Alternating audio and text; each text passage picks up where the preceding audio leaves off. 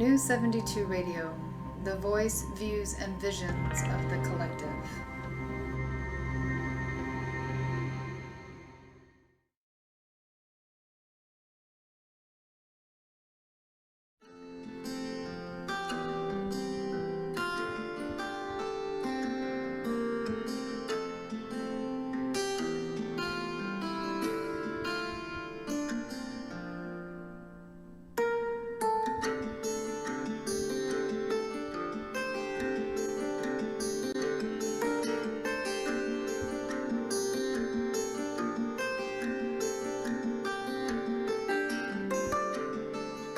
Well, aloha.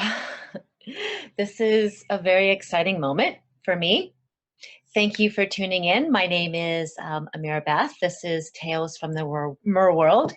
And this is my first episode of Tales from the Mer World in this kind of webinar style format, and also from my new home in Kauai. So this is my home, everybody, my living room.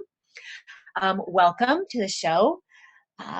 It's a really amazing experience to be here with you all right now, not only in, this very potent moment of time just before the new moon with all this amazing, transformation and fire energy and everything we're feeling and moving through since the eclipses and everything we're stepping into.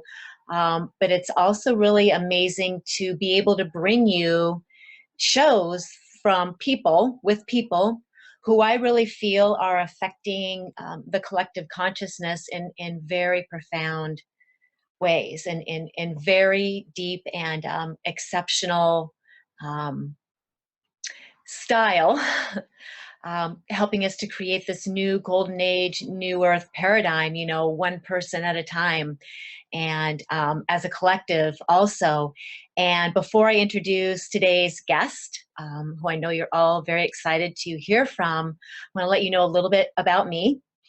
I am a mer healer, which means that when I take people into healing sessions or into regression therapy, I work a lot with regression therapy, I access the water element.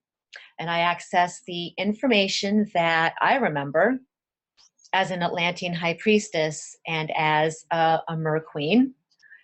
That information has been given to me, the Atlantean philosophy, the Atlantean keys to the kingdom, and of course the element of water that holds memory. It holds memory of all time and space. It holds all knowledge.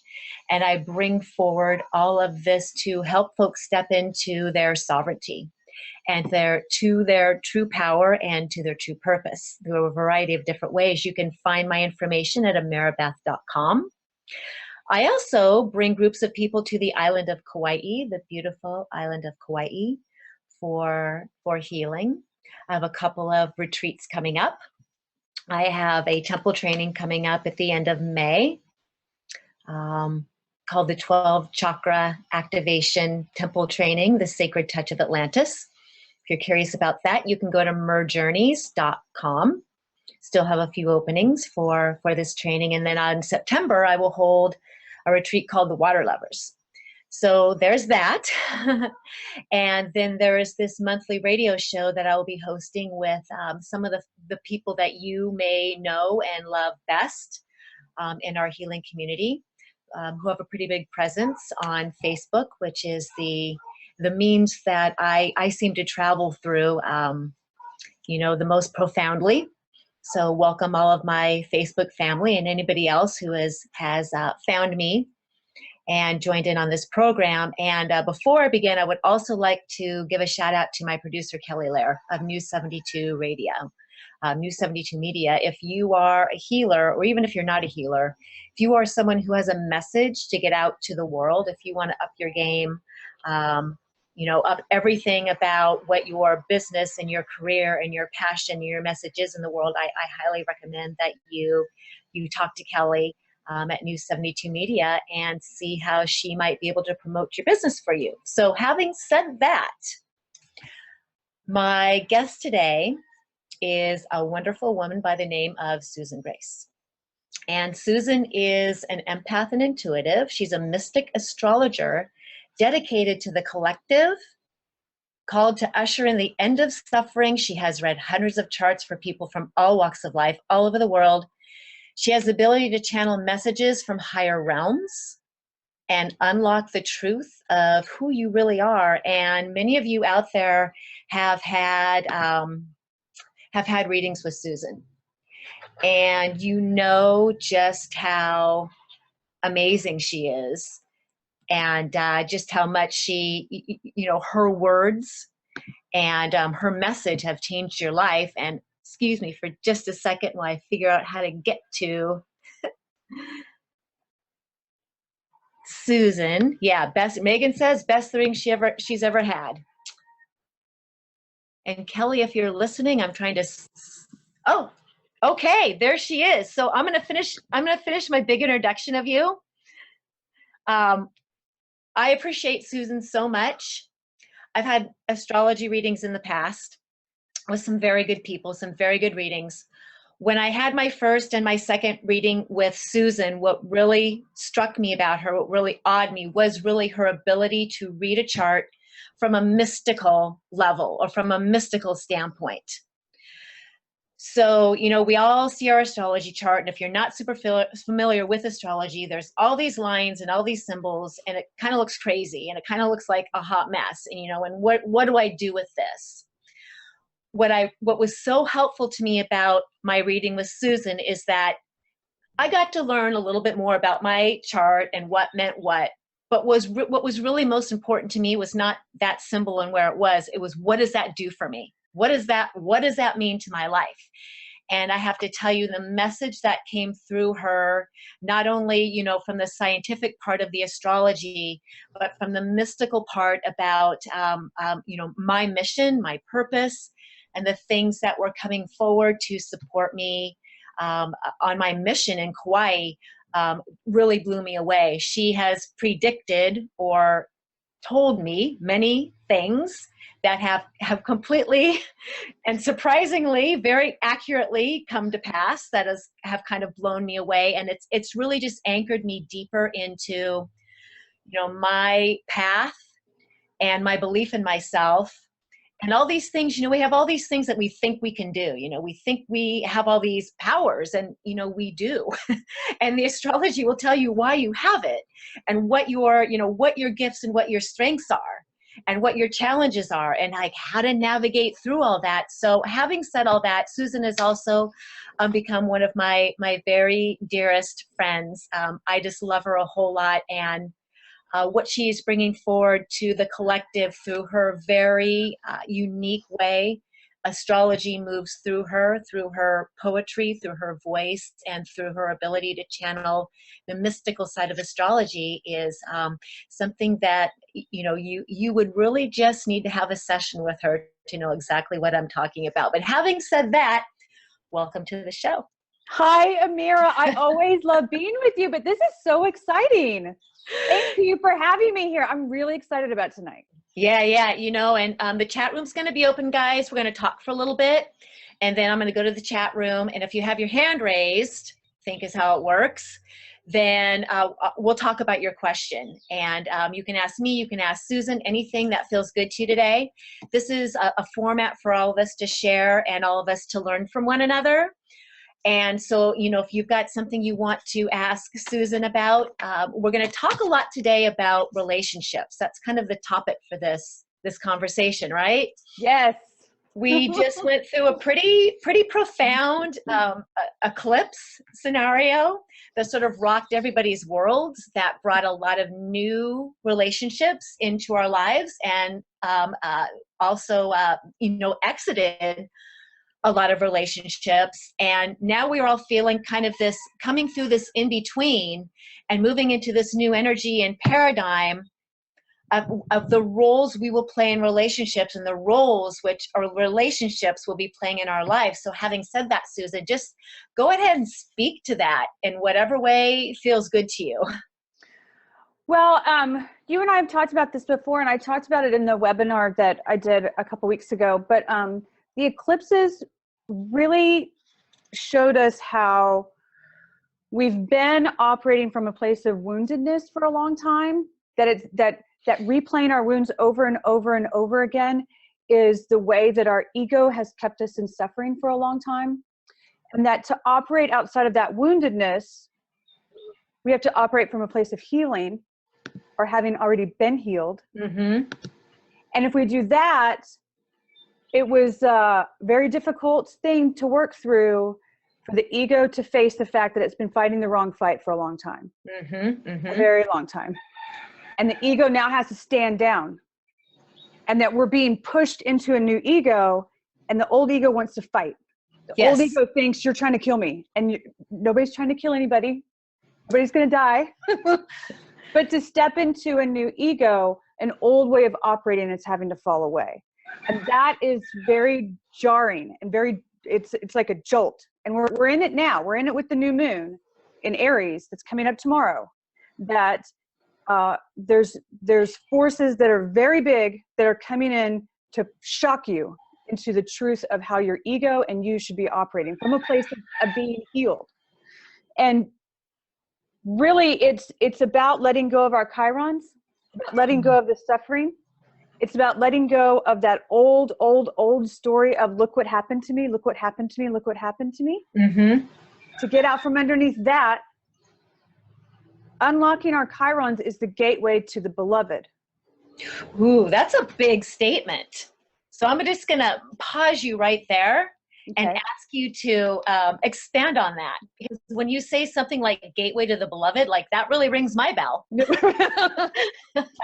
And I know that sounds like I'm trying to like paint this dream, like, hey, let's go get the beloveds. And that's not at all what I'm saying. This literally is. If you look at the astrological wheel, Chiron is the modern ruler of Virgo. When you resolve your Chiron in the 6th house of being present in your life, then you're able to shift into the 7th house of Libra, that's Venus ruled, that's about the other. So you must resolve your own suffering and become present in your life to even get into that upper realm of the astrological wheel. And if you look at the eclipses that happened right now, transiting Chiron is in Virgo's opposite sign. So our presence is facing itself. It's saying, am I going to look at myself as a wounded person, or am I going to look at myself as a now healed person? Which is it? What does presence look like? Am I going to remain present in woundedness, or am I going to have proper presence right now? Right now. And then if you shift that, then we get into Libra, and Libra's opposite sign is Aries, and that ego in Aries is like, oh shit, I got to change everything. And it's been intense, very intense. So go ahead. No, you go ahead. Keep going. You're on a roll. Oh, if you look at what's coming up in the astrology from here to the fall, we're going to be pulling back and receiving a lot of big energy. And we're going to be in retrospection, introspection, evaluating what we truly believe about ourselves, how much hope we have for ourselves and for reality. False beliefs, false faith is going to continue to collapse. And then at the fall eclipses, they're going to be on the axis of Virgo and Pisces, still about dropping your woundedness and coming into presence. But Jupiter goes into Libra in between the two. And what will that mean? That means that if you do this work now, of it being about you and you, what is happening with me and my ego? What is happening with me? And it feels like, like having to really put down the old you, put it down. And it kind of feels like you're dying. Right. And step into a brand new version of yourself that you've never seen before. And you're going to have faith in yourself and in it and be heart-led. If you do that work and integrate that energy for the next 6 months, when Jupiter goes into Libra, Jupiter expands. It'll come into relationships and go boom, really big. But if you're still screwed up about yourself and ego and giving and receiving in relationships, Jupiter comes in and expands no matter what.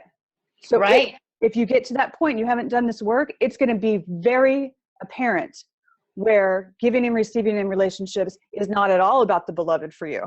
Right. That everything's totally whacked out. And so That's what we're being prepared for in this moment. Okay, excellent. So I can wrap my mind around that pretty well. Whenever I hear a healer say, or whenever I say to somebody, if you do the work, sometimes people think, okay, I'm willing to do the work around that, but what does that mean? Like, how do I express that? How do I quantify that concept in my brain of I'm doing the work to heal myself? What do you suggest for people? So if you have somebody, is there a particular sign where Chiron is sitting in, where you can tell somebody, if your Chiron is there, this is how you work through it? So let's say if Chiron's in Pisces, if you have Chiron in Pisces. Yeah, if you have Chiron in Pisces, these are ancient wounds. These are real serious wounds. They're big, that we've been replaying the karma from them for thousands of years. They're huge. And so a lot of Chiron and Pisces people, it has to do with traumatically being taken out when it comes to faith, compassion, doing very high level spirit work. So this is like the burnings, okay? Like big stuff like that. Huge trauma around being in the realm of spirit energies. And so now we have to come back to a place where we say, that's over. That's over. Yeah. And so like, a way that the ego replays that woundedness over and over and over again and I see a lot of this with people who know they're about to be practitioners and they're stalling and they're stalling and they're stalling because they're scared. Right. And you stay in the shadows and you say, nope, I'm not coming out because they're going to come with the torches. Yeah. No, they're not. Yeah. It's over. It's over. And I'm telling practitioners all the time, I'm like, you need to come out here and we support each other. We do. That time is over. And telling the ego, it's over. Stand down now. It is life-threatening to the ego because it says, okay, if I stop fighting for that woundedness, we're going to die. Yeah. Because it thinks the torches are coming. Right. You know what I mean? Yeah. And the trick is that the ego has been fighting for your woundedness. It's been replaying that wound over and over and over and over and over again. It's been fighting for you to stay wounded. Right. So we have to be able to say, no, we're going to stop now. We're going to stop this right now. We're not going to remain in woundedness. And the ego has to go, oh, it has to go and stand down no matter what. Even in the face of, and you saw this happen with me this last week, even in the face of what looks like a threat, you still have to go, I am not actually under threat. I'm going to stand tall and I'm not going to retreat. I'm not. You know what I mean? Like the ego's going to get confronted on purpose. And you have to tell it, stand down. We're okay. We're going to look for the lesson here. We're going to go higher. Right. And the ego is an interesting thing because on the one hand, we hear this all the time in metaphysics and the new age that, the ego must die. Do away with your ego. Yeah. And you present the ego or talk about it in much the same way I believe that we need our ego. Like Absolutely. we need an aspect of our ego because it protects us. Right.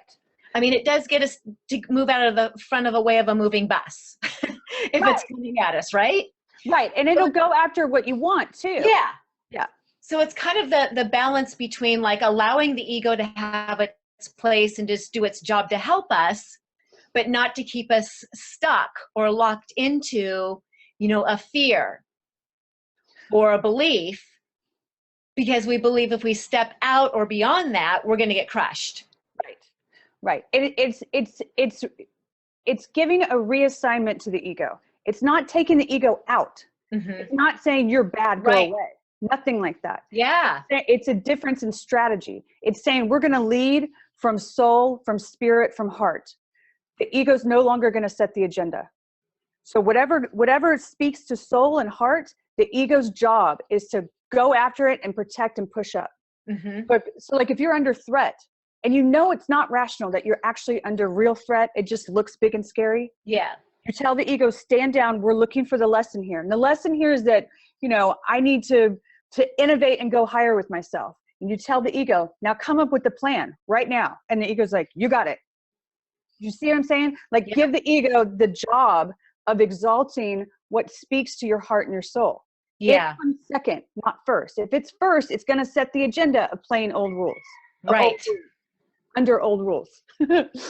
So yeah, so it's taking away the ego as the agenda maker. Okay, got it. So from what I understand, the energy that we are traversing right now, that will culminate in September, actually started last September. Can you hear me? I can, yes. Okay, good. Yeah, so actually say it one more time because you just dragged a little bit. Yeah, my internet connection is getting a little wobbly, so we'll set the intention that Archangel Michael is going to make all this happen just fine. The cycle that we're traversing right now, that is moving us in through September, all these changes, all these reorganizing of our beliefs, and of how we're operating in relationship, and especially in relationship to ourself, because I think it's all about the relationship with the self, really. September.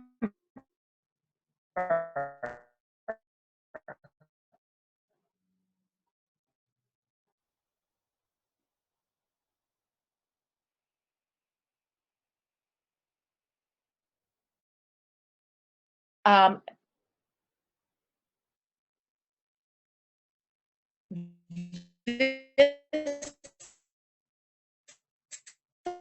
cycle actually started last. I think we're caught up now.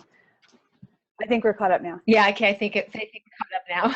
Okay, so you're saying the cycle that we're getting up to in September started last September. And Right. there are even bigger cycles that go back 2-3 years, that go back 10 years, that go back 30 years. So you can keep going back and back and back. Mm-hmm. But about the eclipses, yes, that Yes. we hit whenever Saturn came out of Scorpio in between eclipses last September. We all kind of came out of this deep, dark place and we're like, oh, we get to live again. And then the second eclipse said, not yet, your relationships look terrible. And everybody was like really mad. Yeah, really mad. Yeah. I remember that, really mad. Yeah. And so we had 6 months to be mad. Okay. And then the next set of eclipses came in and really tried to show us, look, giving and receiving in relationships and the level of relationships you're in is being dictated by how much you are operating out of woundedness. That's Mm-hmm. So you've got to come in and get yourself out from underneath suffering to Mm-hmm. elevate how you're showing up for yourself. And then that elevates the level of relationships that you're in. I really feel like relationships of beloveds are being drawn together because of that. Yes. I think there's a call for it. I think Yes. I think that we're, if you're really in this and you're doing the work of getting rid of that old ego stuff, you can feel that energy getting closer. Mm-hmm. Mm-hmm. You have to let go of how it's going to show up, who it's going to be, what time, what's going to be said when that happens. But these energies are drawing closer and closer and closer together. You can't get close enough unless you get yourself out from underneath the woundedness, because then you can't see that level of a person. Mm-hmm. Yes. You're too buried. See what I'm saying? Yeah, totally. And, I also feel like I want to point out that we need to be really open about who that beloved might be. Yes. Or yes. what he or she might look like or might be doing in their life, because people are going to be coming into our lives that are very different than anyone we've ever experienced before. Yes. The way they look, what they do in their life, the way they move through life, the way they think will be different than any of us have ever experienced in our prior relationships. And that can be it can be kind of jarring, because in the beginning, we may not recognize that person as significant as they are, because they're so out of the box. Mm-hmm. Right? And that's because we are coming out of our own box or out of our own idea of who we think we are, what we deserve, how we move through life, what we're doing in life. So, so as we move forward through over the next 6 months, or the next, the September energy and the beloveds moving together, would it be fair to say to really kind of expect the unexpected and be really open to like what God's plan is? Yes, it's so towards your beloved. It's so important, again, that you don't let your ego set the agenda.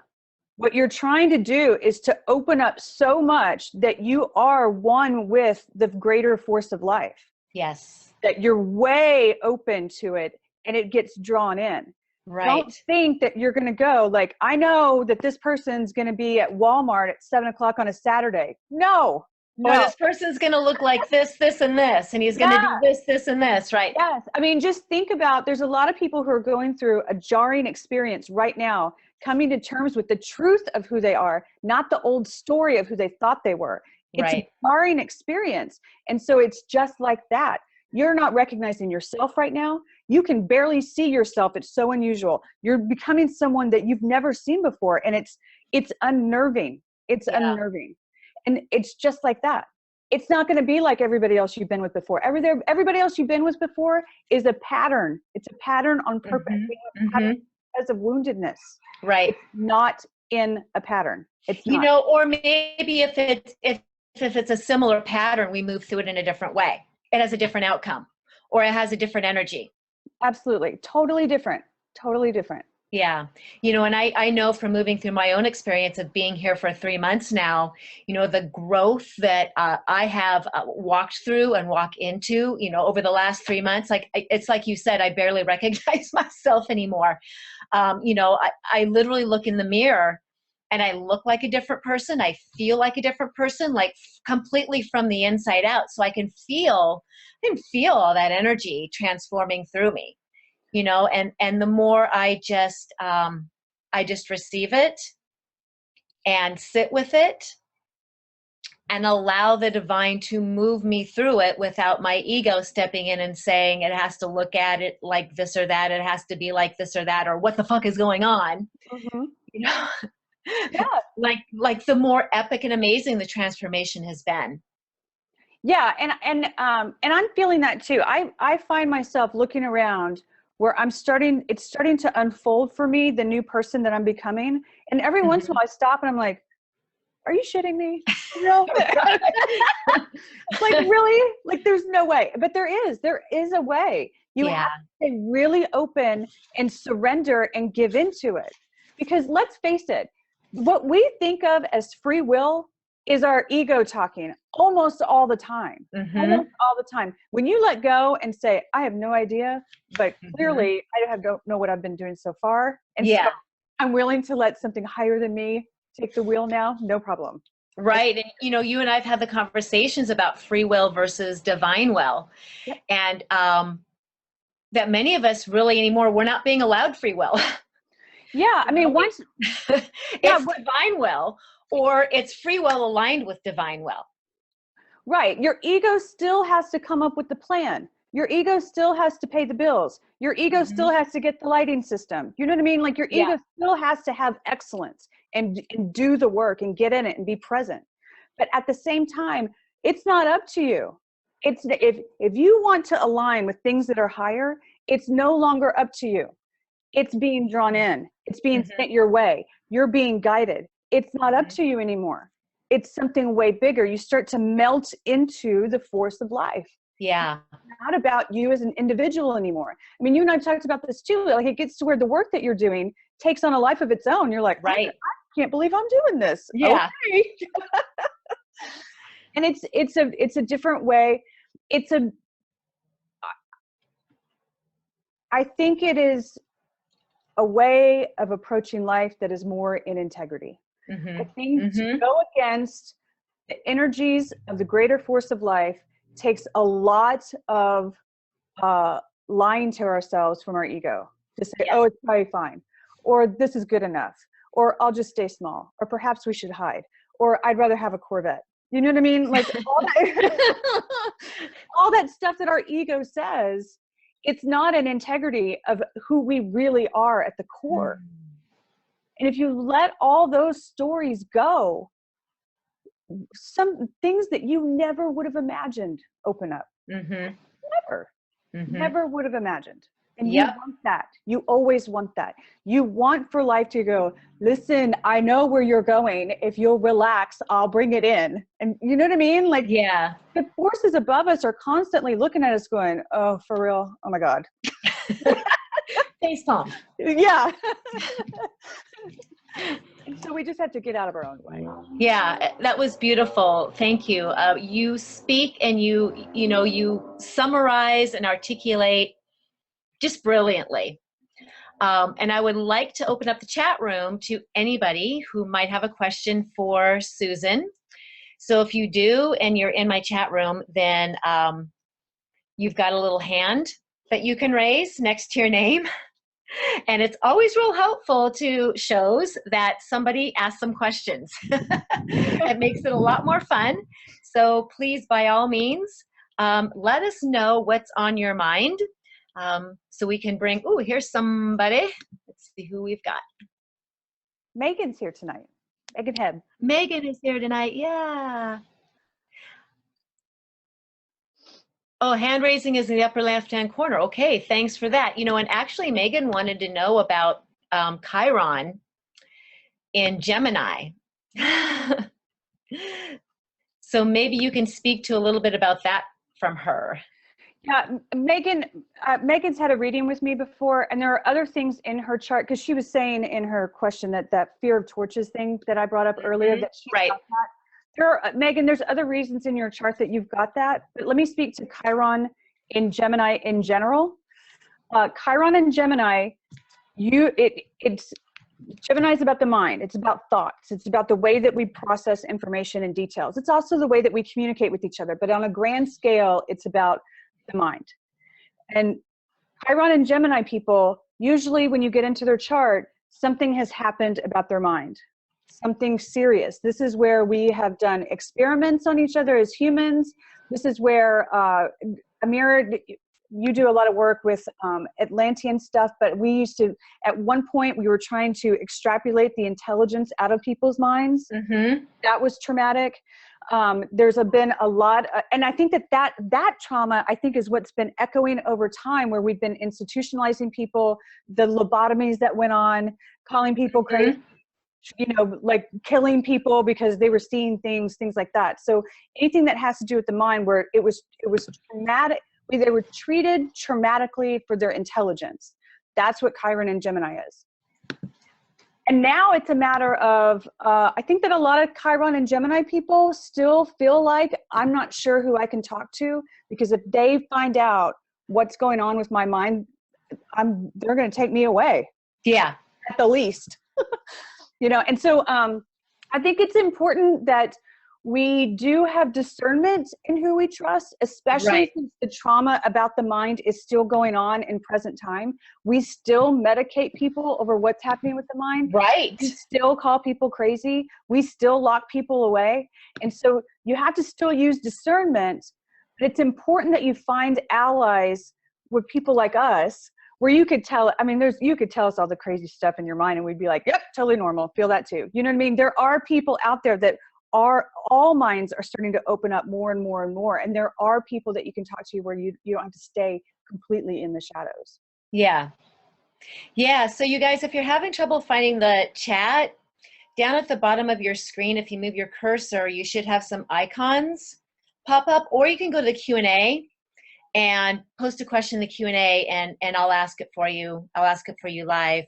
I believe you can show up anonymous if you'd like, or you can submit your name, and it would be really fun if you have a question about your chart, want to know something about what's in there, if you want to know something more about your Chiron or the beloved energy coming in, or you just want to ask Susan a general question about anything that you feel like is going on energetically for you, as has to do with the astrology going on today. That would be fantastic. And I think this would be a good time, Susan, to ask you, how did you get started in astrology? How did you get, on Facebook, you write these amazing poems. And once you started doing that, because I remember talking to you maybe a year and a half ago, and you were just kind of, throwing around, thinking about coming out in the world and doing this. And then when you did it, it was like, bam. All of a sudden people just found you all over the world, and they read your words and they felt your energy and wanted to come to you for your mystical astrology. What made you interested in astrology in general, and then bringing that out into the world as a profession? really, I started to really learn about astrology, not just horoscopes. I'd always followed horoscopes, like your Right. sun sign horoscopes, right? That's all there was for a long time. But once I saw my own chart, it was the first time I saw my chart was in 2012. Mm-hmm. That changed everything. I was like, oh my God, this is amazing. And so I just went into my Mm-hmm. own chart to try and figure it out, to see what was going on. I researched it myself and tried to figure out what was going on with my chart. And it just kept unlocking and unlocking and unlocking. And there's something about my relationship with charts where they unlock for me. When I start to go through them, something unlocks at a certain point, and then like a channel opens up. Mm-hmm. I don't know why that happens. I think it's probably my Grand Trine and water, that I have a lot of intuition stuff going on. So once I get locked into a person's storyline or how the whole chart is operating together, then it opens up. Right. And then for a long time, I was just posting. I was associating art with astrology because I didn't know another way to fully convey the astrology felt like. Mm-hmm. It didn't feel like the words that went with each planet for that day. It didn't feel like that. It had an overall feeling to me. That's how the day's energy started to feel. And I needed to understand that for myself. And so I was private on Facebook for a long time where, I mean, I had 20 people on my friend list posting art with astrology. That's all I was doing. And then for a while, people were like, do you read charts? I'm like, no, I'm not an astrologer. And, and then people started to friend me. And they're like, will you please read my chart? I'm like, no, I won't. I'm not an astrologer. And I remember talking to you and Maria Soria and Jennifer Watson. Yes. You guys were like, are you an astrologer? I'm like, nope. And they're like, you three were like, I do believe you are. Are you sure? I do believe you are. And then so You're talking like an astrologer. yeah. And then so yeah, that the spring of last year at the eclipses, I went public with my posts. Mm-hmm. I started doing that, and then I started to get a following. And then it just got to the point where I couldn't not read charts anymore. People were like, I'm sending you money and you're going to read my chart. Exactly. And then by August of last year, I put up a website mainly just to handle the traffic, because I was just operating over people sending me messages and going through PayPal for a while.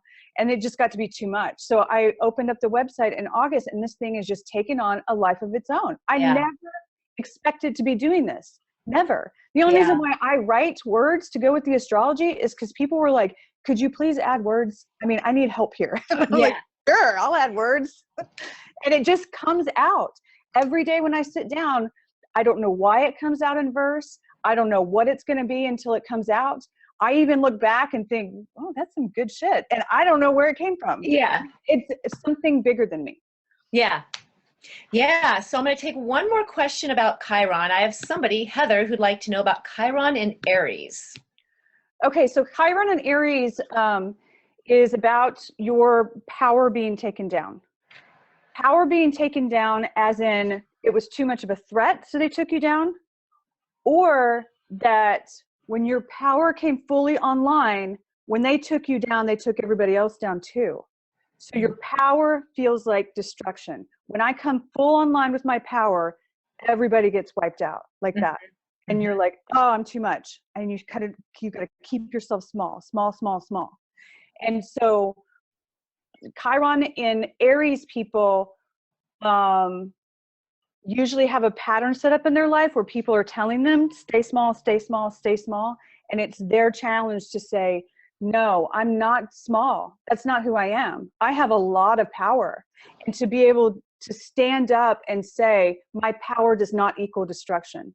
My power does not mean I will be annihilated. I'm not too much. What happened then was not my fault. It wasn't my fault. I should have always been standing tall. Always. It does not make sense to say that when you stand in your full power, everyone dies. No, that doesn't make sense. That's something traumatic that happened a long time ago that's over now. Put it down. If you have true power, and we all do, it must come online or you're incomplete. Awesome. So an anonymous viewer is asking, do you feel that there is anything missing in terms of reading charts? For example, perhaps the discovery of a missing planet that could alter and lend additional insights? Yes, there is is it the 11th planet? I think they're calling it the 11th planet. There's a, I think, if I could be wrong about that. I think it's called the 11th planet that's trying to come, that is about to come fully online. And I think they know what the name of it is now. I think there's all kinds of asteroids. There's all kinds of luminaries. There's lots and lots and lots of placements in the sky, and you can't possibly read them all. I mean, you wouldn't have a chart anymore. You'd have the sky. You have the actual. Yeah. And so, but yes, I do think that there is more and more that's going to be discovered in our own solar system and right outside of it. Just like, we became aware of Lilith not too long ago. Lilith now is being folded back into our consciousness and our wholeness around the end of suffering. And that is the suppression of a dominant force of femininity. And to have that suppressed in ourselves, we can't come back out of suffering until that's allowed to come back online. So yeah, I do think that as we keep developing, as we keep evolving, as we come back into our reemergence, then yes, we're going to have more and more things that are discovered. I feel like there was one, they just discovered something outside of Pluto not too long ago. Well, somebody is curious if it's Nibiru, and that's what came to mind for me as well. Yeah, that sounds right to me too. And I'm not an expert on this. I'm really not. Other people know more than I do. But yes, I totally agree. Okay. What else would you like us to know? What else would be helpful for us all to know and understand about the energies that are coming through over the next part of this year? What other planets are going to play a significant role or play a significant part in our healing, in our evolution? What's going to really be rocking our world coming up? First of all, pay attention to this new moon. If something comes out of nowhere and shocks you, it's okay. It's not there to take you down. It's here to move some perception of yourself out of the way so that you can be more authentically forward with who you are. So no matter what, it's okay. It's going to be okay.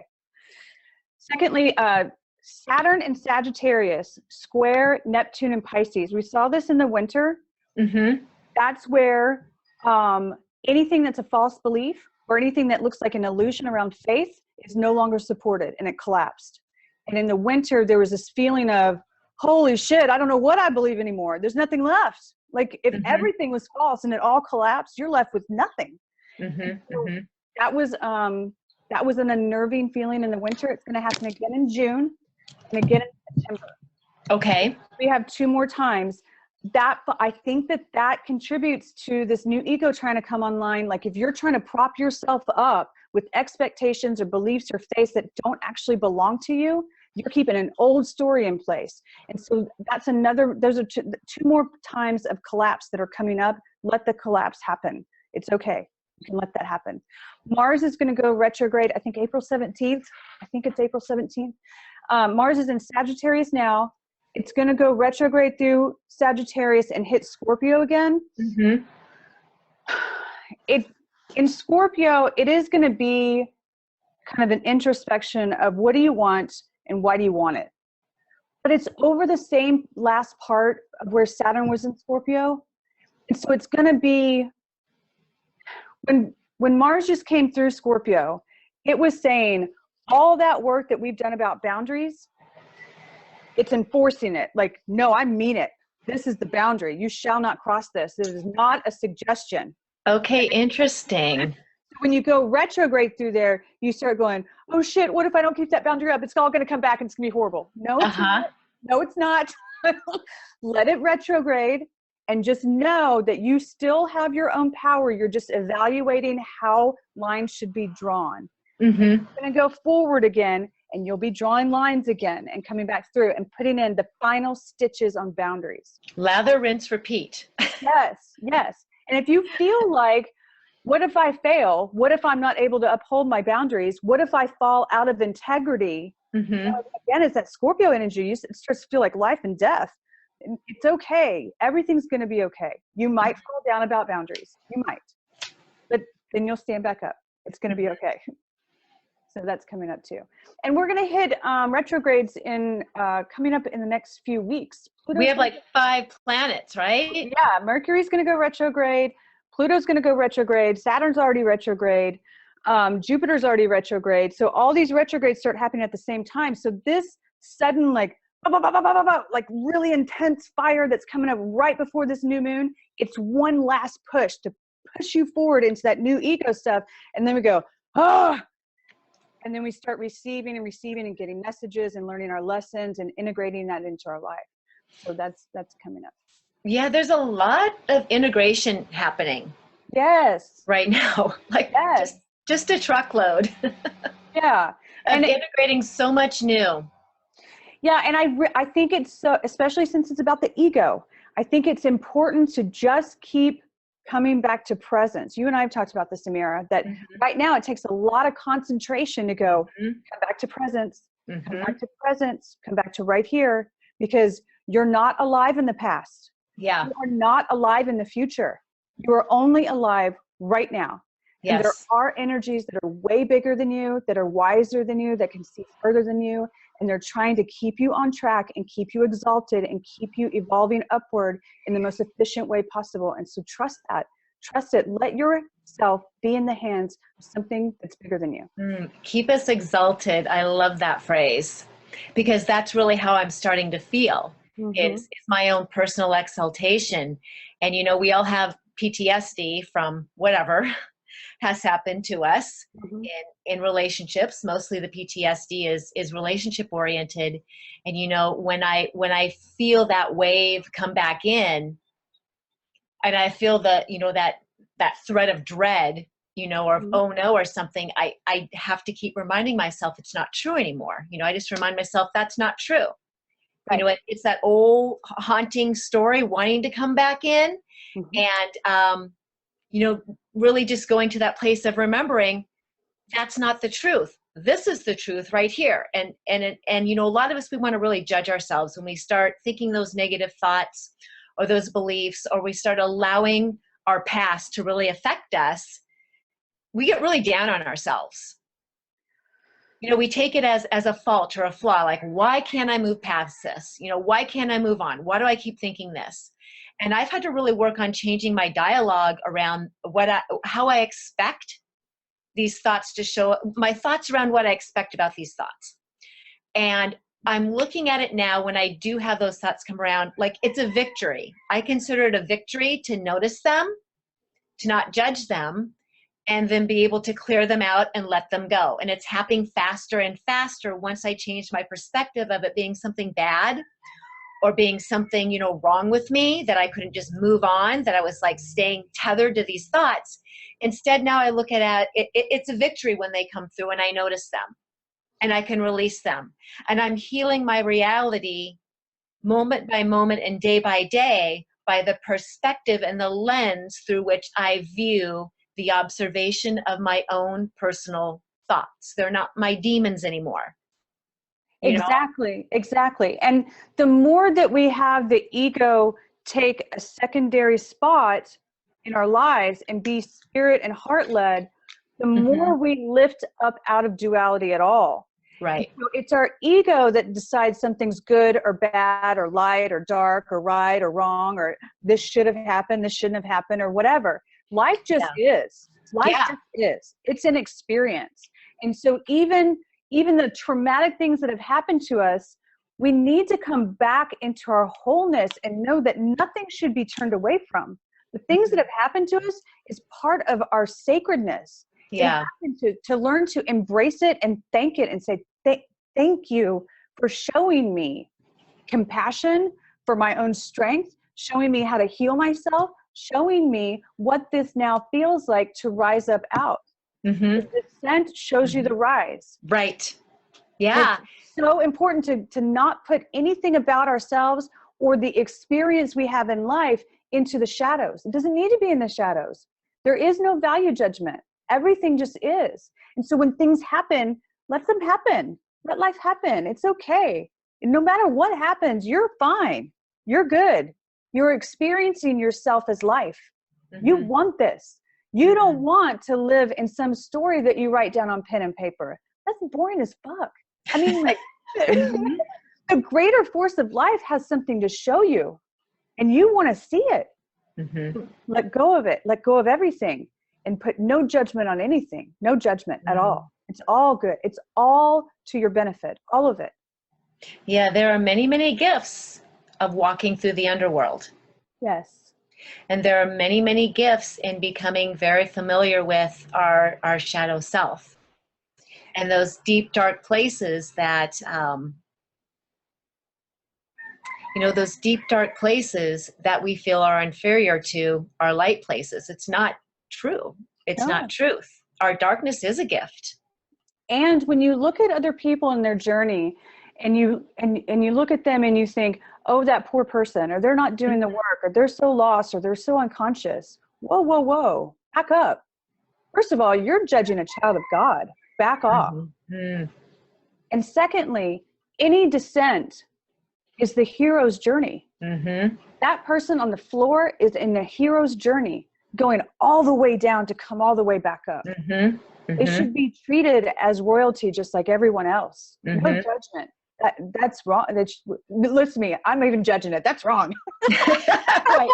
Yeah, and it truly is the contrast of life, Mm-hmm. the contrast of experiences and realities, and the experience of creating ourself in every form that is the most beautiful part of being human, or being at least part human. Some of us are part human and part maybe something else, but that's why we do it. This is why we do it. Yeah, and it also lets you off the hook. If you go around thinking that there's something wrong with things all over the place, you have an overwhelming burden on you to be like, I have to fix this. Yeah. You don't have to fix anything. You don't. But if you can Yeah. be there for yourself because you want to go higher, because you want to start feeling the rise, you're the first person who told me this. You were like, you are responsible for your energy alone. That's what you're responsible for. That's it. No, nothing else. You don't need to save anybody. You can be present for people who say, I feel very lost and I need help through this. No problem. I'll get down in that well with you, but you're going to have to climb. Mm-hmm. Everyone has their own journey. It's not on you to save anybody. Everything is okay. You're okay too. We're all just finding our way back to each other. That's all. Yeah. And the more of us who experience the descent and then the rise, the more we light the way for our brothers and sisters to experience their own rising up through their descent. And I do believe that we are all meant to rise, maybe not together all at the same time, but we will all rise. Absolutely. Nobody gets left behind. Nobody. Yes. We all Yes. find our way back to each other. Yes. All of us. And the comment in the chat room is, if Persephone didn't walk through the underworld, we wouldn't have the fabulous spring and summer that we Yes. have. Yes. The descent in the underworld really is the producer of our exaltation. Right. And if you think about it too, it's a retreat down. It's a retreat down and in. Even with the orbit of our solar system, we pull back away from our light source to go down and in. Mm-hmm. And it makes us look at ourselves and say, who am I? To dig really down deep. Yeah. When we come back up, we're like, I know who I am. I have been to the depths and I've been to the heights, and I know for a fact who I am. I have felt it all. Mm-hmm. Mm-hmm. And without that, you wouldn't know. You wouldn't know. You Mm-hmm. need all of it. You need it. Yep. And I have a comment from Shay here who says, it's like you're both putting words to so much of what I'm going through and have been experiencing over the last year. Thank you both. So yes, I think that, you have a beautiful way of articulating what people feel really in the depths of their soul, but don't have the words, to satisfy the left brain on what the heck is happening to me. Yeah. And it's in my chart. I mean, I have a lot of intuition. I have a lot of water. So when I feel one thing, I feel everything. My pain is the world's pain. But it's also, I have, in my chart, I'm at 29 degrees. Sagittarius is my north node with Venus on it. I have a very intense love for humanity. Yeah. Very intense. Yes. And so I think that comes out when I talk to people. Like Yeah. I see the love and the beauty no matter who they are. And, you know, and you have so much passion for your work and so much passion for helping people, you know, and really getting through to people. You know, when I have readings with you and you get so excited and I can see you just, you know, vibrating all over the place, I think, oh, she's really excited to read my chart. And I'm like, oh, well, she probably is that excited over everybody's chart. So, and I think, no, but I really think you are. You know, I think when you open up a chart and you get that rush of energy, you know, I think you feel that person to your core. You know their soul to your core. At least that's how you come across to me when we connect. Like, you already know me. Yeah, there's an epic beauty in every single person. Mhm. I don't take it lightly. I mean, literally, we are children of God. We are the creative expression of the universe. We are very, very sacred. Every single one of us, every single one. And so that's what I read in the charts. I read the epic beauty of it. Yeah. Yeah. So what advice would you give to somebody who wanted to find out more about, you know, astrology and their own chart, in addition to having a reading with you? If somebody really wanted to learn about astrology or wanted to become an astrologer, what kind of advice or what kind of, you know, what kind of openings or avenues would you suggest that they follow? Well, first of all, I'm going to start teaching classes. That's exactly where I was going. Yeah. Segue, hint. I'm doing an overhaul of the way that I do everything right now. So I'm in the middle of that. But along with that overhaul, I'm going to be announcing classes. I'm going to be announcing more about the mentorship that I do, where you can be one-on-one with me for 4 solid sessions to go way deep into the karmic story of your chart and to learn how to, you know, there's different ways to look at your chart. You can see what's going on with your soul. You can see what's going on with yourself as a human incarnated. You can see where you're going and how to integrate all 3. There's all kinds of stuff we can look at in your chart. So I'm going to be doing that too. And then I'm going to be doing constant webinars on the energy that we're going through. So my overall advice, first of all, just watch. I'm going to have stuff coming out. And then secondly, just as in general, pay attention to how you feel. When things are going on in the energies and you think, whoa, I feel really anxious right now, go in your chart and look it up and say, okay, there's where the moon is. Why do I feel anxious? Why?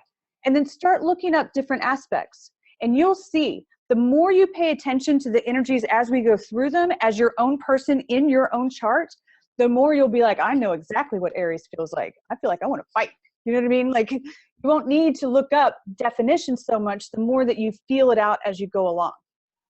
Does that make sense? Mm-hmm. Yep. Somebody wants to know if you'll be teaching past life astrology. I will be including, I'll be including that in the classes, because the way that I read charts is very quickly, it goes into past life whenever I start reading charts for people. So whenever I teach, I'm not going to teach like, here's what Mars does in the 4th house, because you can look that up on the internet anywhere. Whenever I teach classes, I'm going to teach you how I read charts. And a lot of it is about karma. It's about past life. It's about where you're headed in this life. It's about how really planets are people. They're sent to you as people and circumstances. And so I'm going to show you how you can see how the chart plays out. And a lot of that has to do with past life. It'll be part of me teaching. Yes. You know, and as a past life regression facilitator and teacher, I really get the importance. And I mean, and most of us know past isn't really past. It's all happening at the same time. So when we talk about a past life,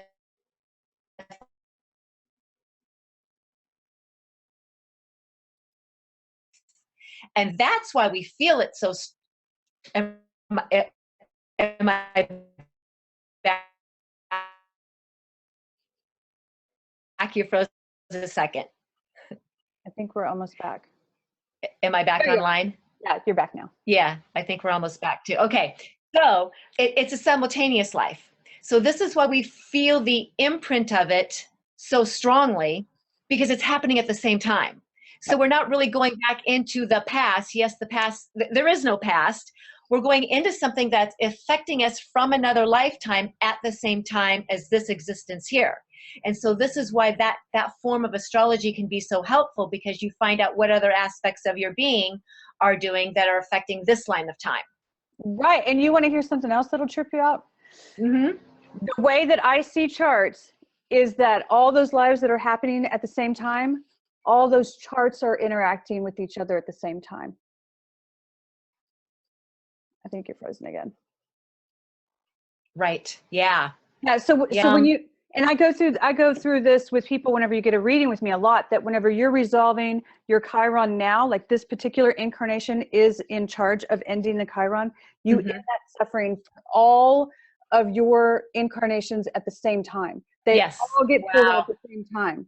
That all of them feel like their prayers have been answered for a moment. Even if it was a split second before they were taken out, they felt the presence of God. That wasn't God, it was you. It was you. You showed up. Well, beautiful.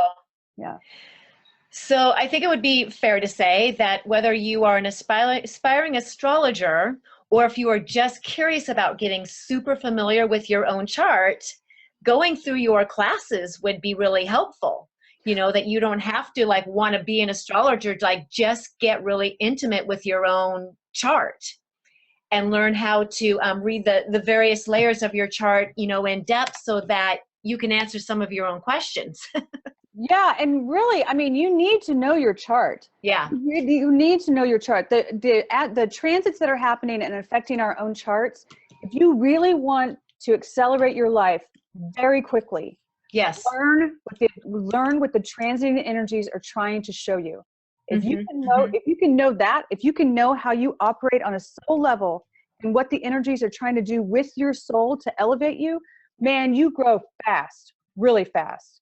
If you go in blind, you're struggling the whole time, like, what's happening? You know, you don't have to struggle. It's right there. It's right there. And I can completely attest to that being truth. The things that you shared with me when we had a session together in November, I found out how I'm wired. Yep. Like, there's nothing wrong with me. No. I'm wired that way. And all these people who thought I should be doing this or not doing that, and what, you know, those people who tell us, who make us doubt ourselves and make us doubt like the core of who we are and what we're here to do and what we're wired to do, your chart will tell you you are right and why you are right. And all those doubters, all those, you know, whoever they are, they'll fall away. Absolutely, they'll fall away. You won't even be able to hear them anymore. Right. And to really know how you're wired and what is intended for this life, like you look up, you don't know your chart, you look up all the time going, why does this keep happening to me? Yeah, Oh. because we set our charts up, right? Right. Absolutely. We set up our own charts before we came in. So your higher self is looking at your incarnated self going, stop fighting me on this. You remember? We chose together. And then there's there's other things like Pluto is a generational planet, and it'll affect you like throughout your entire life. That's where you die and come back to life in this lifetime. And by your age and what's happening with you and where your midlife transits hit you, I mean, you can know exactly why things keep happening to you, why you keep feeling like you're cursed. You're not cursed. There's a lesson, and you're going to come out of it. And I can tell you when. I can teach you how to tell yourself when. Okay, you don't need me. You can learn. It's there. You have a tool. You're not flying blind. You don't have to anymore. It used to be that way. We're not flying blind anymore. We have the map. We have the map. Nice. So Susan, where can people find you? Okay, so I'm still posting again. I'm revamping everything. So I'm kind of down to bare bones right now, but I'm still operating under Facebook, under Susan Grace. I post what's happening with the energies with us on a daily basis.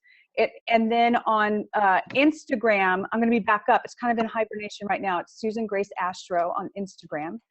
My website is susangrace.org. That's going to be completely revamped, but it's still operating under the old one now. You can find webinars, services, the readings, all that kind of stuff are still there.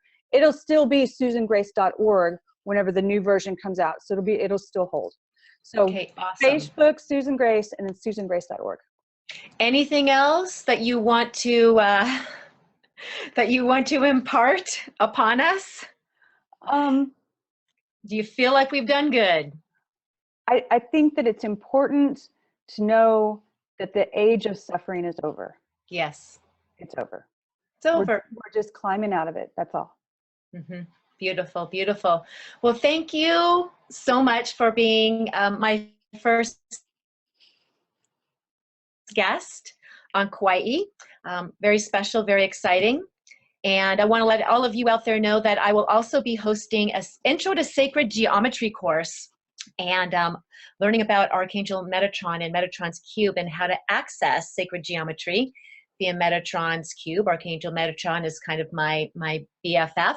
Be teaching a 4-hour course online on April 23rd. I'll have that information and the invite and registration all good to go within the next day or two. So if you're curious about how to become a master manifester, sacred geometry really does give you those keys. Sacred geometry really is a segue or an avenue into, like, directly into the divine and into your divine self and in your ability to tap into the greatest manifestation, power and potential that, you know, you've known as a human angel. So that's coming up. I've got my temple training, my Atlantean temple training coming up at the end of May, 20th through 22nd. It's a 3-day training.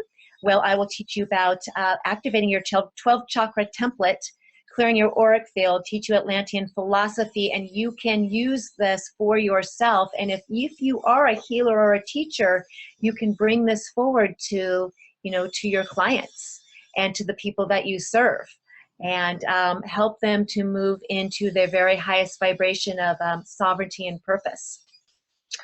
Having said that, I'm not sure exactly when my next show is going to be. This was supposed to be a week ago. I had big technology stuff, but I think there will be another show somewhere around the end of April.